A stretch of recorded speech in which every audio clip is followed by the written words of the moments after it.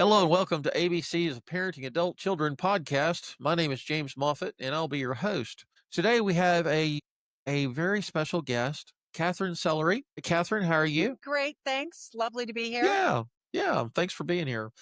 Do me a favor and introduce yourself to the listening audience. I'm happy to do that. I have a conscious parenting revolution. I've been coaching parents for about 25 years. I have 3 TED Talks, an Amazon best-selling book, 7 strategies to keep your relationship with your kids from hitting the boiling point. And I've just spent my life helping solve problems and communicate in ways that are more harmonious. Awesome. Yeah, have a chance of reaching outcomes that are lasting. Well, we have a private parenting support group on Facebook. And we started Lovely. out in 2015 with 10 people. We had 2 teenagers at that time. And I told my wife, Katie, I said, I was doing everything I could to keep out of prison. I don't look good in orange and I didn't want a boyfriend. Right. So I was like, hey, let's see if there's anybody else on Facebook, parents that are dealing with these sort of things. And so we started out with 10 members and now we have like 1.3 thousand members. Yeah. Wow. So there is a need for this. And so we're talking parenting adult children anywhere from 18 to 30, right? That's kind of the age range we're talking about. Yeah. And we have members probably that have teenagers, 16, 15, 16, 17, whatever, that are transitioning from teenage years into adulthood. Yeah. So I'm going to read your little blurb here off of your Podmatch profile. It says, exploring the impact of emotional intelligence and communication in parenting adult children. Katherine Sellery could offer valuable insights on navigating this transitional phase. The episode could focus on fostering respectful and empowered relationships beyond typical power struggles, helping parents reconnect with adult children. Katie and I have 4 children. We lost 2 of them. We still have 2 adult children, ages 30 and 32, I think. So we're subject matter experts on the topic of parenting, right? We all are. For Hey, you sure. have any kids? You have kids? I have 2 kids. I have a 30-year-old son who's married, and I have a 25, soon to be 26-year-old daughter who's also married. Sweet. Yeah, they both got married in the last year. So it was a big year for the Sellery family. Oh, wow. Yeah. So tell me how you got into this. How you got into what's the name of your company or ministry or Conscious whatever? parenting revolution. Yeah, Yeah. tell me how you got into that. Sure. So my husband and I had moved to Hong Kong in 1989. And we lived there for 35 years. So we just recently returned to the United States. So our kids were expat kids growing up in another country. And I was a commodities trader and spoke Chinese. I studied Chinese in university and lived in Hong Kong, or actually Hangzhou, in the 90s, early 80s. So when we moved, yeah, spent most of my life in Asia.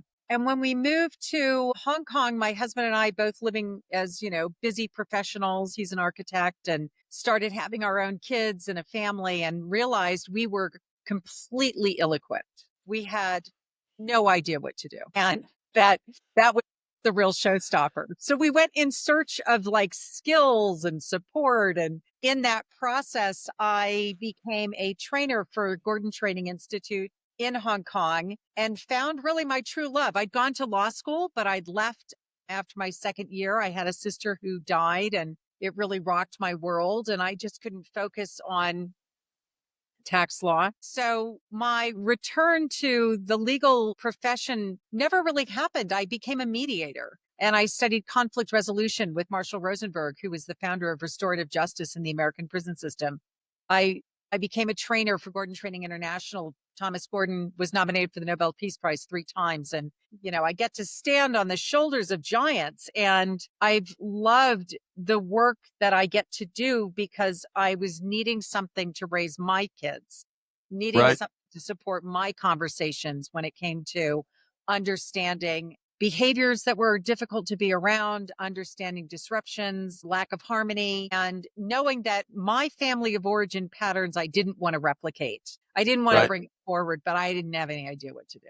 So I did it for me, and I found something that I was able to support other people with too. Well, that's awesome. Yeah, I think as parents, we're hardwired to raise our children the way we were raised.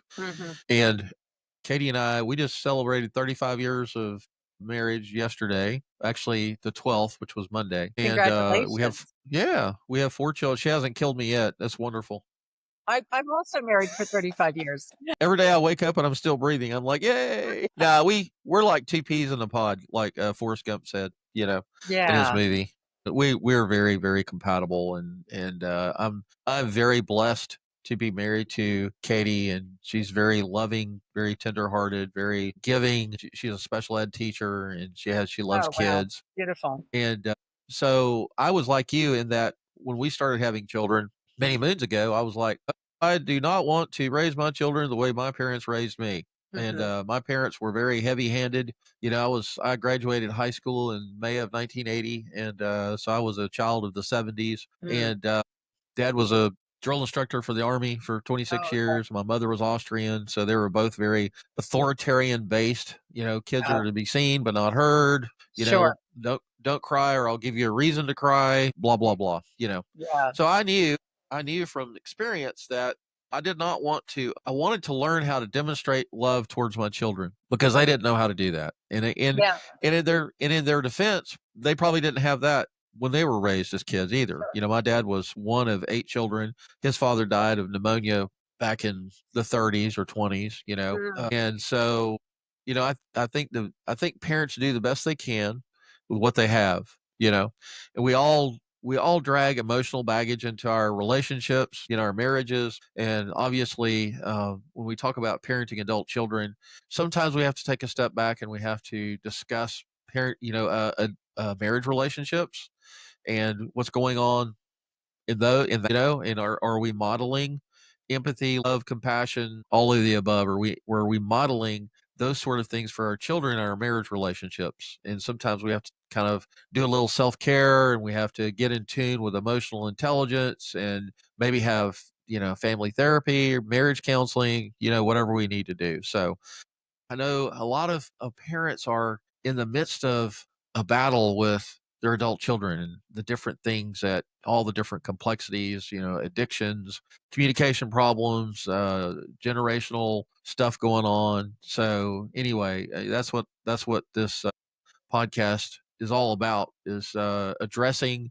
We have like 30 or 40 different topics that we address on an ongoing basis. And so anyway, I'm glad that you're here, and I'm going to quit talking and let you. We'll see. Here's let's use this one of the example questions. How can parents recognize unhelpful patterns with their adult children? So I usually like to just start with retaliation, rebellion, and resistance, the 3 R's, because they show Okay. up so often. And when you have resentment flows, it can get really difficult to figure out if the resentment flow is a reaction to something else or if it is in and of itself the issue. So I'm going to just take a punt and imagine that families may be suffering, adults trying to reconnect or have better connection with their kids, may be experiencing the 3 R's: retaliation, rebellion, and resistance. And those 3 R's are so strong that Thomas Gordon was nominated for the Nobel Peace Prize 3 times around his research that said when you've used a controlling form of discipline, you activate retaliation, rebellion, and resistance. And Dr. Louise Porter, who I wrote a book together with, in her research for her PhD, discovered that 75% of behavioral disruptions and problems in dynamics are a result of the 3 R's. So that Okay, it's means retaliation, rebellion, and what? retaliation, Resistance. rebellion, and resistance. Yeah. Got it. So those three are 75% of the problem, and they resulted from power over authoritarian parenting. So if you don't change this or if you don't do that, the threats are going to happen. No TV, no dessert, no going out with friends, no devices. I mean, just all the stuff that parents generally have been found to use to Right. try to get their kids into the behaviors that they're hoping for. What they didn't expect and what they didn't predict and what they didn't know, it's nobody's fault. Nobody tells us any of this stuff, is that it activates the 3 R's, and those 3 R's can go on for a long time. So in terms of trying to rebuild a relationship, it usually can help to take that step back and just kind of feel into, God, is this one of those R's? Am I in the Right. midst of one of the R's?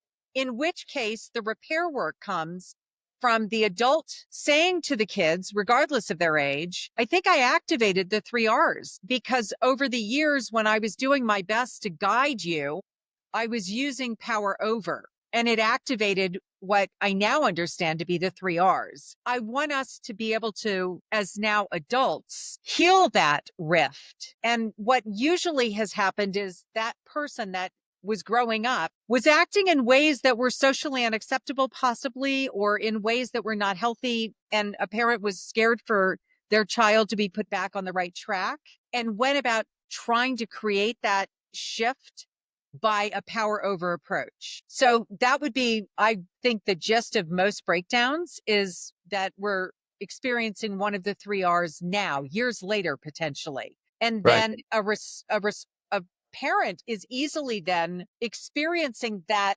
backlash and feeling hurt and also feeling misunderstood and also feeling maybe resentful. Right. So it begins to be like mirror, mirror on the wall. And both people in the relationship are beginning to feel that they're not seen, heard, or understood from their perspective. Does that kind of touch into maybe a Oh, little bit of the yeah, yeah? absolutely. Okay. Yeah, and I think, well, parenting relationships, period, whether it's a friendship, marriage, whatever, parent-child, relationships are complicated, right? And they can be complicated. And I think that parents and children both want to feel validated. They want to be seen, they want to be heard, they want to be understood, right? And one of the things that I've heard from a previous episode guest who was a child psychologist, he said that there's an emptying out process that parents need to take with their children. In other words, children are our adult children are filled up with like these 3 R's. The symptoms of the 3 R's or the causes of those 3 R's. And he said, until you allow them to empty themselves out and communicate with you and tell you what all this stuff is in them, it doesn't matter what you say because they're not going to listen to you. They're not hearing you because they're so full of the stuff that's been suppressed, pushed down, whatever. Right.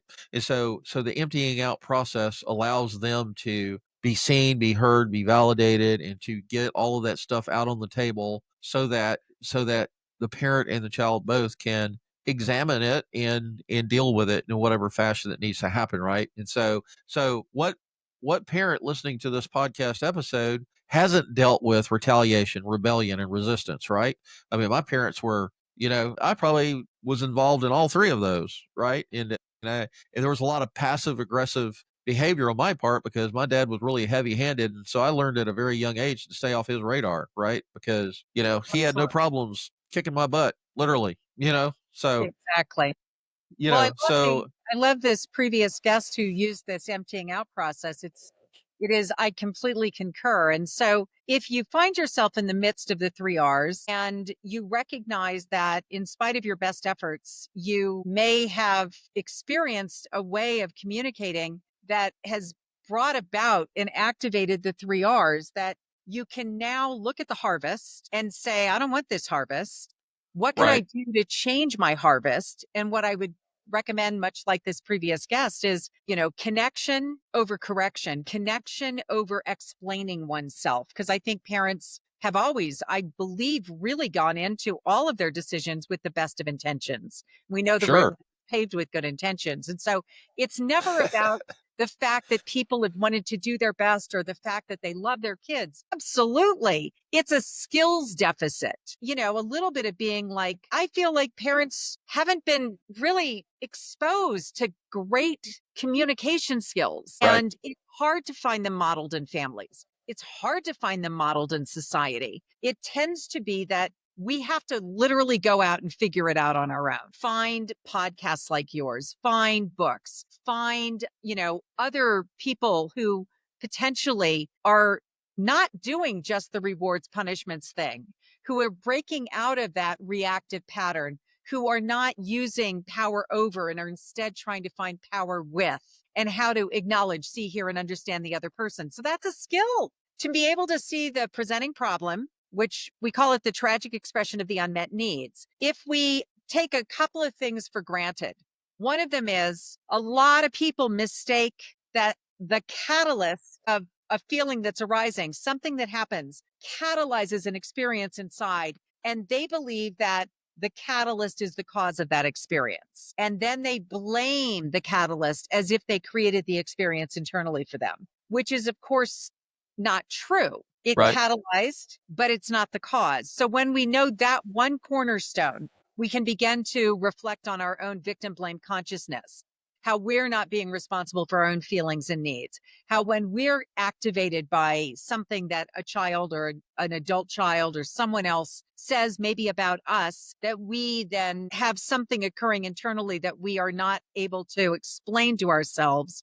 because nobody helped us. And so we just fall back into the pattern of you make me feel, which of Right. course is not possible. Nobody else makes us feel anything. So that one big thing right there is one of the main things that we can do to help ourselves to become more responsible for tending to our inner world, recognizing that the feelings that are arising may have been catalyzed by something someone said or did or behaved in a particular way. But if there were Right. 100 people in the room, every one of us would have a different experience of it. And knowing that truth, that each and every one of us would have responded to the catalyst differently, we can recognize that it doesn't cause anything other than it ignites something internally. And for all of us, it's different. So, what's the difference between my experience of it and yours?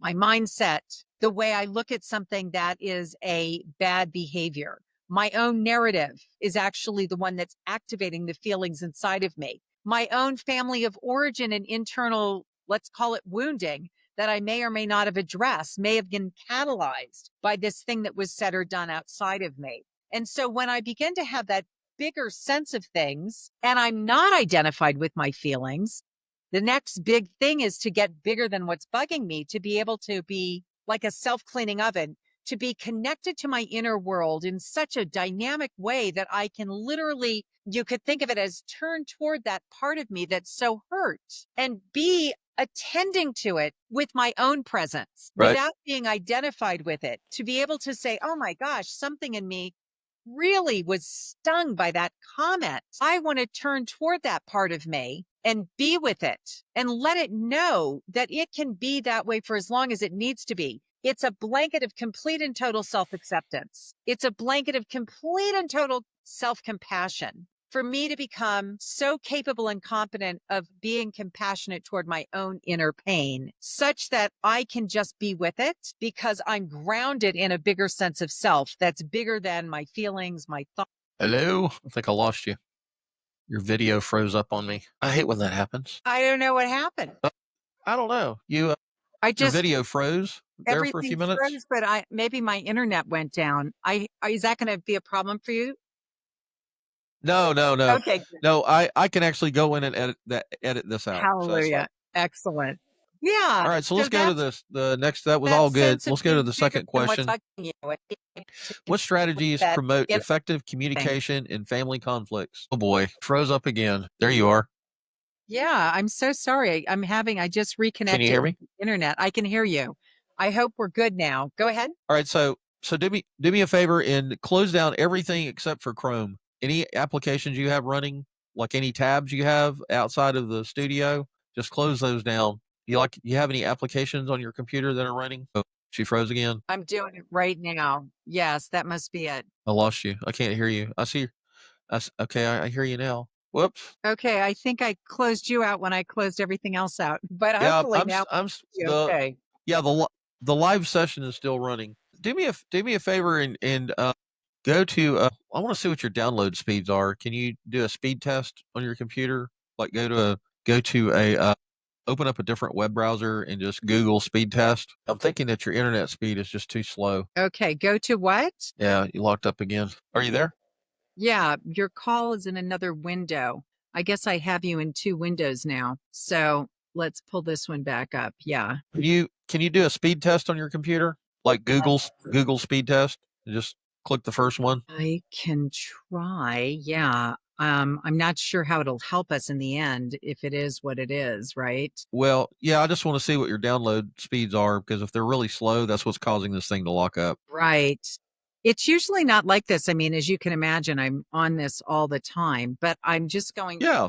Yeah, that's fine. Had a bunch of things open, so I'll just close all of that so that we are literally just the only thing happening. So Yeah, bring and that's up fine. here. If Yeah, you can do that, that'll here work. we go. I We think that'll we can help do us. the speed. Yeah. All right, Now so we can do this this. is the only thing open. Yeah. All right. Okay, so the second question, we're going to piece this thing together. The second question is, let's see, that's that one. What strategies promote effective communication in family conflicts? So, one that we've just talked about is the ability to connect and focus more on connection than any kind of correction or teaching or education that you're focused on, or literally taking that and making it so important that having your side understood or getting them to acknowledge you or see your perspective is put on the back burner. The foremost objective of connection is to feel like I am so dedicated to this relationship. It's so important to me that I understand where you're coming from, that you feel seen, heard, and understood from your perspective, that I'm able to reflect back to you. I don't have to agree with it, but that I'm able to reflect back to you the way you see it so that the other person relaxes. People continue to signal if they don't feel seen, heard, and understood from their perspective. And then they have to keep fighting to be seen, heard, and understood from their perspective. So if there's something in me that's getting in the way of me being able to hold space for your experience in the way you experienced it, then that's something I want to be present to within myself, by myself, for myself, not needing someone outside of me to see it in order to get me to step one, which is where the other person feels closer because I've given them my time and my understanding that it's important to me to understand where they're coming from. So this might be part of that emptying out process the other gentleman or woman spoke to you about. That Right. emptying out process where the other person is able to really open up and shed and shed and shed. And it might feel hard to hear sometimes, especially if you have a different perspective historically of what you thought was going on, which is Right. your truth. And yet there's this other one who has a different way of looking at it. So that's kind of where I would start is I would always try to encourage people to first form that connection. And the more that you demonstrate your ability to see, to hear, to understand, and be present for someone else's truth, the more you model them the way to do it. And then Right. they may be able to, at that point, go, but I'm sure you have a different perspective. What's yours? I think one of the things that gets to the way of parents is that we have this we have this picture of who our children are and who we want them to become, right? And the steps that we think that they have to take to become that person, right? And I think sometimes that gets in the way of who our children really are, and who they really want to be. And I think that's really good. That I think it's really helpful for us as parents to just be quiet and give our adult children the opportunity to talk and to express what's going on inside and what they're dealing with, the struggles that they're having, whatever it is they may be struggling with. I think it's really good for us to just take a step back and go, okay, this is your opportunity to share your perspective, and then just listen. Try to listen as objectively Absolutely. as possible, right? We And so that's great.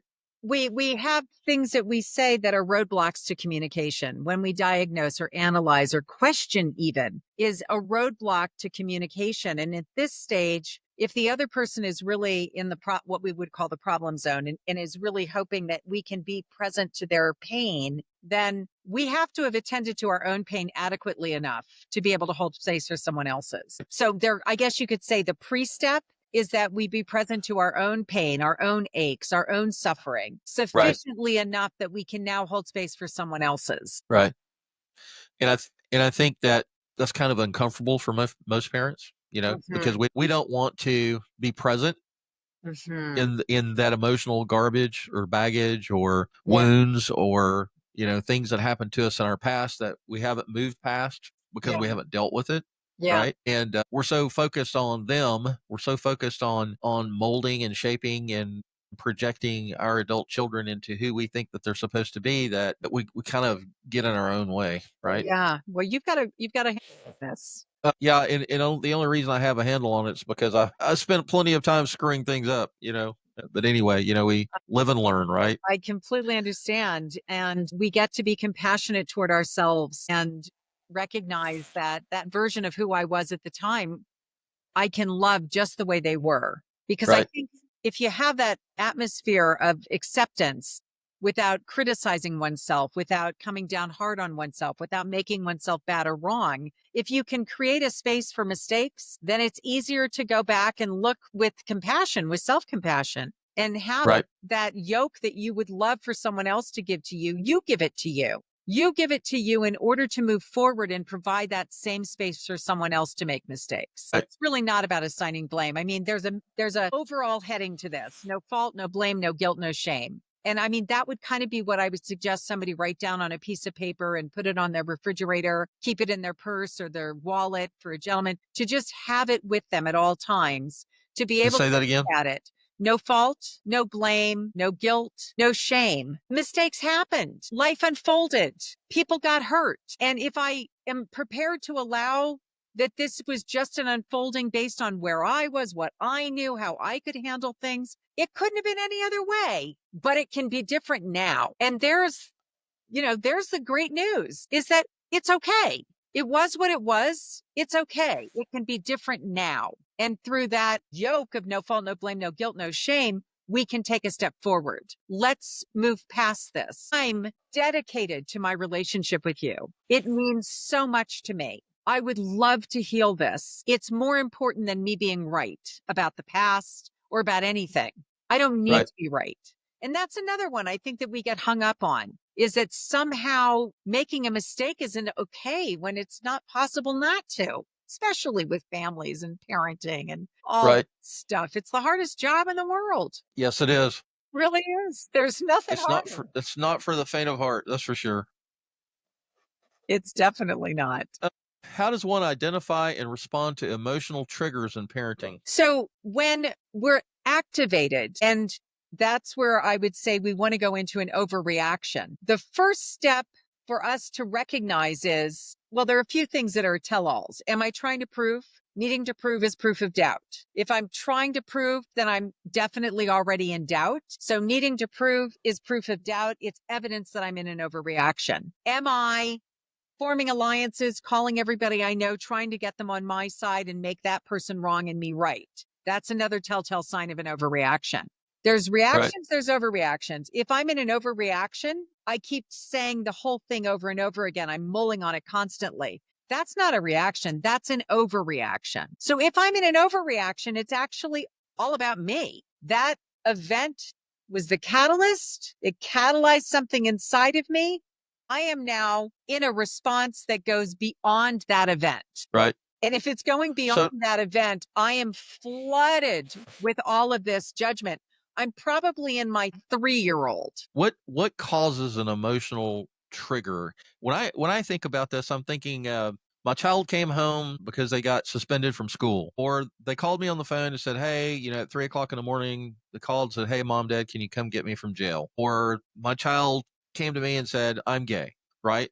And there are events that happen, and there are things that are pronounced. It's not necessarily an event, but maybe our child comes to us and says something that just takes us totally out of left field, and we're like, "What?" Yeah, So how to so go a little bit more into sure. emotional triggers. So if, any one of those circumstances, if I am triggered, then I'm not able to do something practical because I'm already drowning myself. And what I think all of us want to do is, regardless of what the news is, difficult to hear news where I'm scared for my child's safety, whatever it may be, is I Right. want to be centered enough that I'm capable to do something practical to meet what has just come into my field. And if I'm triggered, then not only am I not able to take a practical step, I myself am drowning. So generally, some of the things that we can be aware of is, Marshall Rosenberg talked about 2 types of consciousness.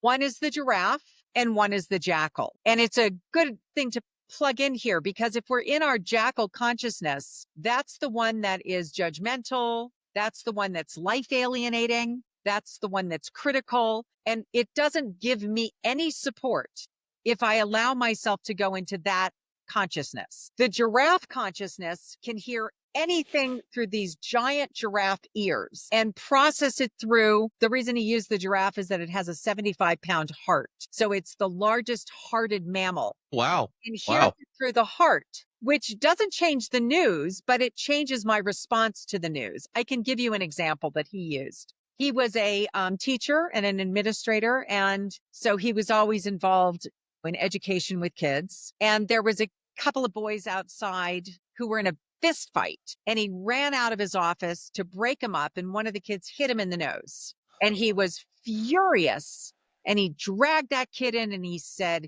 "You are suspended, never can happen again, la la la la la." 3 days later, kid suspension is over. He comes back, and honest to God, he said the exact same thing happened. And he goes into the hallway, same kid, gets hit in the nose again. And he said the weirdest thing happened. Rather than the fury that I'd had the first time, I was filled with compassion. What in the world could account for the difference in his response? It's a good question. Any ideas? Well, the first thing that comes to my mind is that when you step between two kids that are in the middle of a fist fight, you're bound to get hit, right? And those kids are not necessarily trying to hit you. They're not angry with you. They're angry at each other. And so he's kind of inserted himself into a violent altercation, right? Well, I think that's true for sure. What and really, he's what so really, he's really created the difference for him was that in those days, he pulled out that file and he started reading about that boy. oh, okay. And what he found was that this is a child who just lost his mother. He was so filled with grief and loss, he couldn't find the ground to stand on. Gotcha. He was drowning. And Right. his ability to shift in his mind from the jackal to the giraffe is what accounted for his difference in how he responded. And I think we all probably have those stories in our own lives. And it's so powerful. He obtained some context, some background information on the child that He he did. didn't have before, He did. which Yeah. is what enabled him to have compassion. And it wasn't like he went out there saying, "I'm going to deal with this differently." He went out just in the exact same way, but from his core, what arose was different. So this Right. is where we can, I love this story. I tell it all the time because it's so extraordinary to me that my perspective of someone commands how I feel about them and then commands the actions and behaviors I take toward them. So if I'm telling what Brene Brown would call the shitty first draft, if my shitty first draft of your behavior is such that I am so critical, so evaluative, so filled with diagnostics, so filled with, this, that, and the other thing, that's what's filling me up in terms of my response. Observation without evaluation is the highest form of human intelligence. So that's Krishnamurti. And I say it to myself all the time. Can I be an observer? Say that again slowly.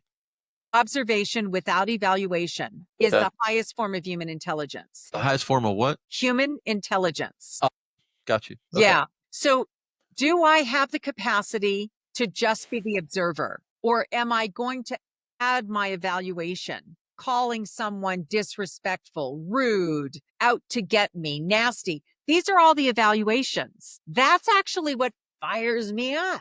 It's my evaluations. Right. If I want to be an effective conflict resolution, if I want to be effective, observation without evaluation has to be. So in nonviolent communication, you go from observer. This is the sentence structure. Observation, the thing that I see you do. So an observation is something I can take a photograph of. Right. It's something I can record and listen to. Lazy is an evaluation. It's not an observation. Disrespectful is an evaluation. It's not an observation. I can say, when you left your stuff all over the kitchen table, that's an observation. That's what you did. I can see it. I can take a photograph of it. But when I say, when you were so disrespectful and left everything on the table, now that's mixing the two. And when you do that, it activates the other person into defensiveness. It breaks down the conversation, and whatever you thought you were going to be able to have a conversation about, you can't. You're fired. And parents get fired all the time. So I Right. really think essentially this is a podcast about how do I get rehired? I got Right. fired. I don't even know what I did to get fired, but how do I get my job back? I want to be involved in my kids' life. I want to have influence. I want to have deep and meaningful conversations. I want them to see me as a resource. That's what I think Well, everyone. I think here's one of the reasons why we get fired. I think we're so immersed in being the people that are setting standards and we're rule keepers. Like we're trying to we're trying to put our or place our children in an environment where, again, standards, rules, it's all around us, whether it's at home, whether it's at work, whether it's out on the playground, whether it's a basketball team, football team, no Sure. matter what environment you're in, each environment has its own unique set of rules, right? Mm, And I think as parents, we are so rule minded, we're mm, so environment minded that when children do something that break those rules or disrupts that environment, it just throws us. We're just three sheets to the wind. We don't know what to do with it. We're like, wait, I told you to pick up your socks, mm. 15,000 times in the last 10 years. And what do I see when I'm walking through the house? I see your socks all over the house, right? And so I have failed as a parent because I'm trying to get you to pick up your freaking socks. And that's a ridiculous No, but I analogy, understand. Yeah.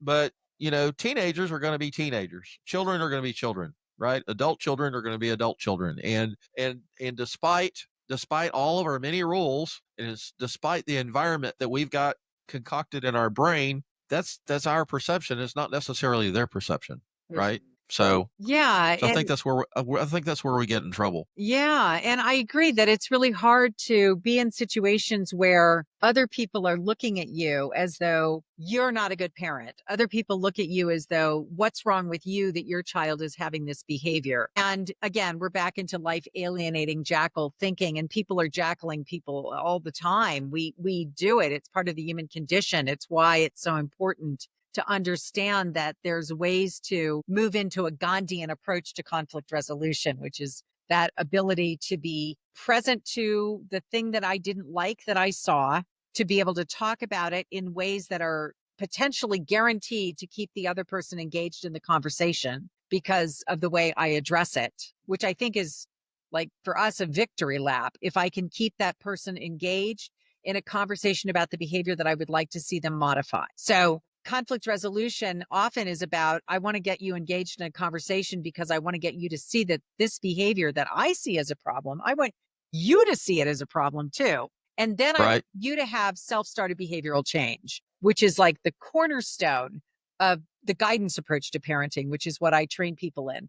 The guidance approach to parenting, the cornerstone is to continually provide an atmosphere, the modeling of the skills, the use of the skills to be able to create the space for self-started behavioral change, where that Right. just goes and changes their behavior because they're not in a reaction. We didn't trigger retaliation, rebellion, or resistance. They're not trying to prove that you can't make them do anything because they're highly autonomous and you're using power and control. And now they have to prove to you that you don't have power and control. So even though they're Right. about to do the thing you wanted them to do, now I can't, because then you'll think you made me do it. And I could never let you think that you have power and control over me. So I can't do it now. Wow. Right? Oh my gosh. Autonomous kids, they're beautiful, but they're self-determined. And when we use Yes. language that makes it seem as though they're not choosing it and not using their agency, then they just won't do it. Right. All right. Here's a last question. How can mothers let go of perfection as their children transition to adulthood? Yeah. That's a Well, tough one. perfection is the poison pedagogy. Of course, perfection is the cornerstone of low self-esteem. Perfection is the barrier to creativity and risk taking. So when you begin to recontextualize perfection and recognize it as what it is, it's the number one factor that gets in the way of exploration, taking chances, real growth. It's not that difficult, actually, because when you value exploration, when you value kids that are prepared to risk losing, when you value that it's actually in service to your children's feeling good about themselves to abandon perfectionism, everybody on the planet who's a parent wants their kids to have high self-esteem. And if Right. you're going to cultivate high self-esteem, one, never praise your child. right? Instead, we use what's called acknowledgement. But praise is about my evaluation of your behavior. And so it undermines that child feeling safe to ever do anything that could risk your approval. So the best way to get around that, this is Carol Dweck's work at Stanford University, is to be able to recognize, oh my God, praise is the cornerstone of low self-esteem. So never praise. Instead, Oh, wow. the skill of acknowledgement, which is to highlight, verify, and acknowledge, not from the place of I'm proud of you, but from the place of, oh my gosh, I wonder, are you proud of yourself for that? And a child being able to self-reflect on their own behaviors that make them feel proud of themselves. And they do it because they feel so good about themselves when they do it.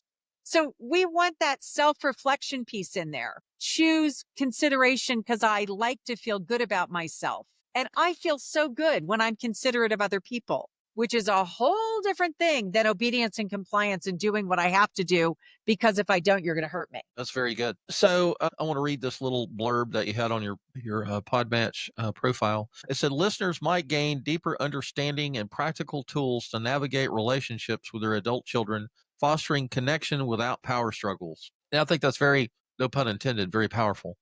Yeah. Power struggles are horrible. I don't think anybody wins in a power struggle. Totally agree. So Katherine, I appreciate your coming on the podcast episode and for your the value of the things that you've talked about. I think it's really good stuff, and I think our listening audience is going to get a lot out of it. And so to my listening audience, I want to say thank you for the privilege of your time. You can listen to this podcast on Captivate FM, Amazon Music, iHeartRadio, Apple Podcasts, and Public Radio. I upload the video version of the podcast episode to Rumble. It's rumble.com. We have a website, parentingadultchildren.org. That's parentingadultchildren.org. You can get my contact information, upcoming show schedule, a place to leave a review for the podcast episode. If you're listening on your iPhone or your iPad on Apple Podcasts, if you're listening to an episode, you can right there on the interface, you can just leave a review right there. You already told you about review. I just had a brain fart. I don't remember what I was supposed to say at that point. Anyway, thank you. Thank you, everybody, for being here. You're great. Well, this has been such a pleasure. I love what you do. I love the fact that you create this space for people to come and get support. I have a freeparentingbook.com site where people can go and download 7 strategies to keep your relationship with your kids from hitting the boiling point. And I hope that everyone's able to get some support in whatever they're going through. And what's that website? freeparentingbook.com. Okay. Yeah. Yeah, I want to put that in the show notes. And I will. I have it now, so it'll be in the show notes. So Katherine, thank you for being here. I'm going to edit out all of the technical. Bloops. I appreciate. Yeah, the bloops. I appreciate your compassion and understanding. Okay, stay on. Okay.